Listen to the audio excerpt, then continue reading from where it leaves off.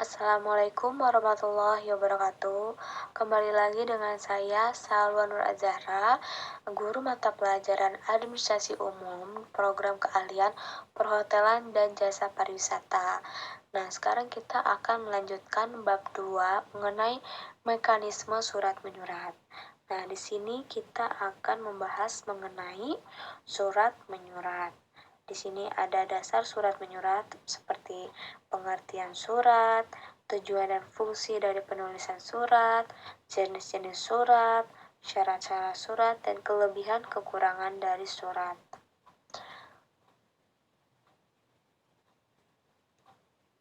Nah, yang pertama yaitu dasar surat menyurat. Yang pertama itu ada pengertian surat. Yang kedua, tujuan dan fungsi dari penulisan surat. Yang ketiga, jenis-jenis surat. Yang keempat, syarat-syarat surat. Dan yang kelima, kelebihan dan kekurangan dalam surat. Yang pertama yaitu pengertian surat. Surat alat komunikasi untuk menyampaikan informasi atau warta secara tertulis dari satu pihak kepada pihak lain. Sebuah surat dapat digunakan untuk menyampaikan informasi yang bersifat pribadi maupun untuk kepentingan kantor. Nah, jadi kita semua sudah memahami ya mengenai surat. Surat itu sebagai alat komunikasi, sebagai alat untuk menyampaikan sebuah informasi, dan sebagainya. Selanjutnya penulisan surat. Nah, penulisan surat ini jelas mempunyai tujuan dan fungsi. Tujuan dalam penulisan surat itu untuk menyampaikan informasi kepada pembaca. Jadi tujuan kita untuk menyampaikan informasi dapat tersampaikan dengan baik. Untuk mempercepat cara berkomunikasi, dapat menghemat waktu, biaya, maupun tenaga. Nah, selanjutnya itu fungsi dari surat.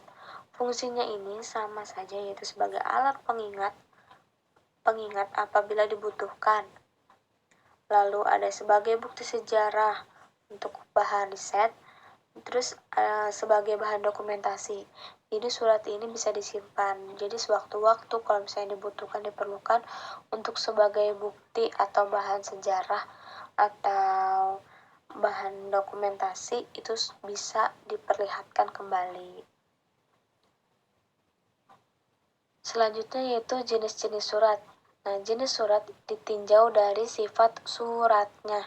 Yang pertama ada surat pribadi, yang kedua surat dinas pribadi, yang ketiga surat dinas swasta, yang keempat surat niaga, yang kelima itu surat dinas pemerintah.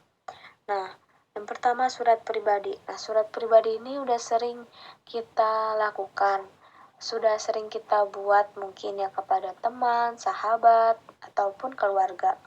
Nah, karena surat pribadi ini sebuah surat bersifat kekeluargaan. Surat-surat yang berisi masalah keluarga, baik tentang kesehatan, tentang keuangan, dan sebagainya. Yang kedua yaitu surat dinas pribadi. Nah, surat dinas pribadi ini sebuah surat yang dikirimkan dari seseorang atau pribadi kepada instansi-instansi, perusahaan-perusahaan, atau jabatan-jabatan.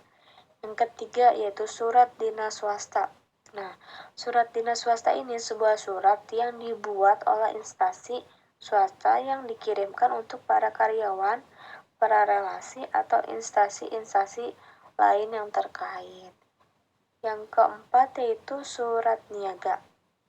Nah, surat niaga ini sebuah surat berisi soal-soal perdagangan yang dibuat oleh perusahaan. Yang kelima, surat dinas pemerintah. Sebuah surat berisi masalah administrasi pemerintah yang dibuat oleh instansi pemerintahan. Surat dinas pribadi udah jelas ya kalau ini tuh surat dari pemerintah. Selanjutnya yaitu jenis surat ditinjau dari wujud suratnya. Yang pertama yaitu kartu pos. Kartu pos ini sebagai belangko. Nah, ini kegunaannya untuk mengirimkan berita-berita yang singkat atau pendek. Yang kedua, berita-berita yang tidak mengandung rahasia sehingga tidak menjadi masalah jika terbaca oleh orang lain.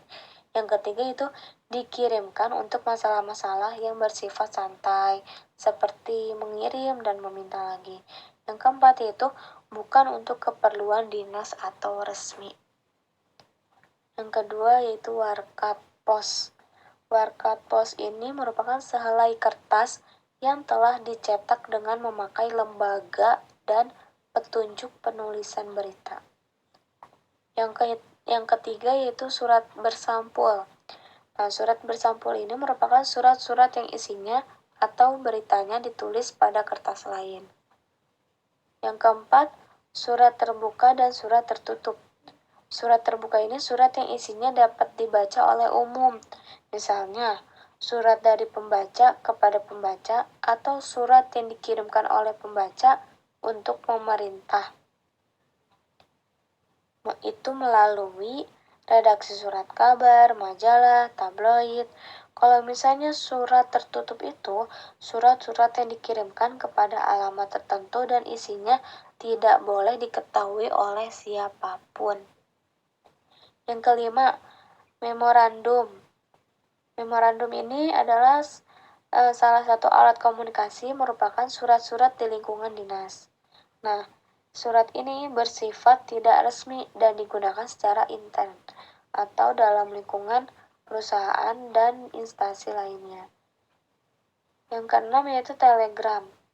Telegram ini cara menyampaikan berita-berita melalui radio atau pesawat telegram melalui sesuatu yang perlu diselesaikan dengan cepat. Nah, isi telegram berupa tulisan-tulisan singkat yang dikirimkan dari jarak jauh. Yang ketujuh yaitu surat biasa. Surat biasa ini sebuah surat yang isinya tidak mengandung rahasia walaupun terbaca oleh orang lain. Contohnya surat undangan pernikahan, surat undangan hitanan, dan surat pertemuan para siswa untuk rekreasi. Selanjutnya surat ditinjau dari proses penyelesaiannya. Nah, yang pertama yaitu surat kilat, yang kedua surat negara, yang ketiga surat biasa. Nah, surat kilat itu surat yang harus ditangani dengan cepat. Nah, pada kesempatan pertama, selain itu surat ini harus segera dikirimkan secepatnya, sebab penerima harus menanggapi dan menyelesaikannya dengan cepat. Nah, yang kedua itu surat negara. Kalau surat ini yang harus diselesaikan dengan cepat, tetapi tidak perlu pada kesempatan pertama. Surat ini harus segera dikirimkan supaya mendapat tanggapan dan penyelesaian dari pihak penerima. Yang ketiga, surat biasa. Nah, surat ini tidak perlu diselesaikan dengan tergesa-gesa, cepat-cepat gitu. Karena tidak perlu mendapatkan tanggapan secepatnya dari penerima. Jadi bersifat lebih santai gitu. Nah, syarat-syarat surat. Syarat-syarat surat yang harus dipenuhi oleh sebuah surat agar dikatakan baik. Yang pertama, formatnya harus menarik. Yang kedua, surat sederhana dan tidak terlalu panjang. Yang ketiga, menggunakan bahasa yang jelas, padat, dan sopan. Tidak bertele-tele gitu. Yang keempat, penampilan surat ini harus bersih. Tidak terdapat kesalahan tulisan atau ketikan. Misalnya tidak ada tip X atau coretan-coretan lainnya. Yang kelima yaitu bahan yang digunakan yaitu kertas baik dan bersih. Kertas baik dan bersih, tinta hitam, serta amplop sesuai dengan kertas yang digunakan. Jadi, kalau kita mau menulis surat, mungkin membuat surat, kita harus menggunakan amplop. Yang kelima, selanjutnya kelebihan dan kekurangan surat. Nah, kelebihan dan kekurangan dari sebuah surat antara lain.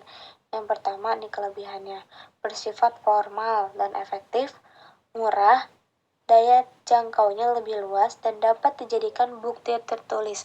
Jadi kalau misalnya nanti ada apa-apa antara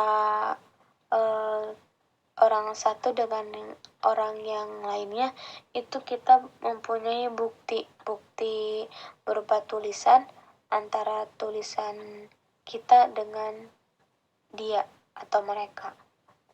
Lalu kekurangannya yaitu susunan suratnya rumit, terus kalimatnya nggak lengkap atau berbelit-belit, terus penggunaan tanda bacanya yang tidak pada tempatnya, lalu penulisan kalimatnya tidak sesuai dengan IED. Yang kelima yaitu pemakaian istilah asing yang tidak perlu atau tidak tepat.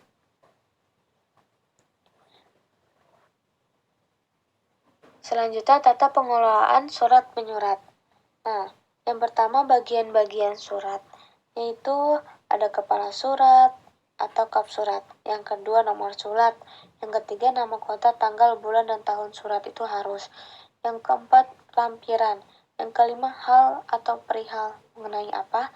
Yang keenam alamat dalam atau alamat yang dituju. Lalu ada salam pembuka, ada isi surat, terus ada salam penutupnya, itu harus, dan nama instansi, organisasi, atau perusahaan yang mengeluarkan surat, ada tanda tangan, beserta nama jelasnya dan nama jabatannya. Terus penanggung jawab suratnya siapa, terus tembusannya, nama inisial, dan cap perusahaan atau instansi. Selanjutnya, prosedur pengelolaan surat masuk. Di sini ada bagian-bagiannya. Ada bagian penerimaan, ada bagian penyortiran, ada bagian pencatatan, ada bagian pengarahan dan penerusan, ada bagian pendistribusian surat, dan bagian penyimpanan. Nah, yang pertama, bagian penerima. Nah, bagian ini, surat yang masuk dikumpulkan itu dihitung jumlahnya. Lalu diteliti ketepatan alamat si pengirim surat, kemudian digolongkan sesuai dengan urgensi penyelesaian surat. Setelah itu, bukti pengiriman diberi tanda bahwa surat itu telah diterima. Yang kedua, bagian penyortiran. Nah, bagian ini bertugas memisahkan surat-surat untuk pimpinan, sekretaris, karyawan, dan sebagainya. Nah, selain itu, surat ini digolongkan menjadi 3 kelompok. Ada surat dinas rutin, surat dinas penting, dan surat dinas rahasia. Dan ini lebih bersifat kedinasan. Terus yang ketiga itu bagian pencatatan. Nah, bagian ini dilakukan oleh bagian pencatatan yang pertama membuka amplop, lalu dia membacanya dan meneliti isi suratnya itu apa. Dan tujuannya ini agar pimpinan dapat memahami isi surat dengan cepat. Caranya dengan menggarisbawahi kata-kata atau kalimat yang dianggap penting. Lalu yang kedua, memberi catatan penting yang harusnya ditangani pimpinan atau unit yang dituju. Yang ketiga, memeriksa lampiran-lampiran. Yang keempat, membubuhkan cap stempel pada ruang kosong di bagian atau atas surat. Selanjutnya yaitu bagian pengarahan atau penerusan. Nah, setelah diterima, disortir, dan dicatat hal-hal yang pentingnya itu apa di dalam isi surat. Nah, selanjutnya itu pengarahan dan penerusan. Nah, pengarahan dan penerusan ini yang perlu dilakukan. Yang pertama, melampirkan surat masuk dengan lembar disposisi. Kemudian disampaikan kepada pimpinan atau kepala bagian untuk memperoleh tanggapan atas isi surat itu apa. Yang kedua, menyampaikan kembali surat yang sudah mendapat tanggapan dari pimpinan kepada sekretaris atau kepala tata usaha. Kemudian, suratnya ini dengan lembar disposisi disampaikan oleh sekretaris kepada unit pengolah. Selanjutnya itu bagian pendistribusian surat. Nah, bagian ini dilakukan yang perlu dilakukan ini yang pertama, surat yang sudah berdisposisi dicatat terlebih dahulu, lalu suratnya ini menggunakan buku ekspedisi internal kepada unit pengolah atau alamat disposisi. Yang ketiga, penerima surat membubuhkan paraf pada bukunya. Yang keempat, surat diproses oleh unit pengolah sesuai dengan disposisi pimpinan. Selanjutnya, bagian penyimpanan. Bagian penyimpanan ini apabila surat telah diproses maka surat tersebut harus disimpan selama masih punya nilai gunanya.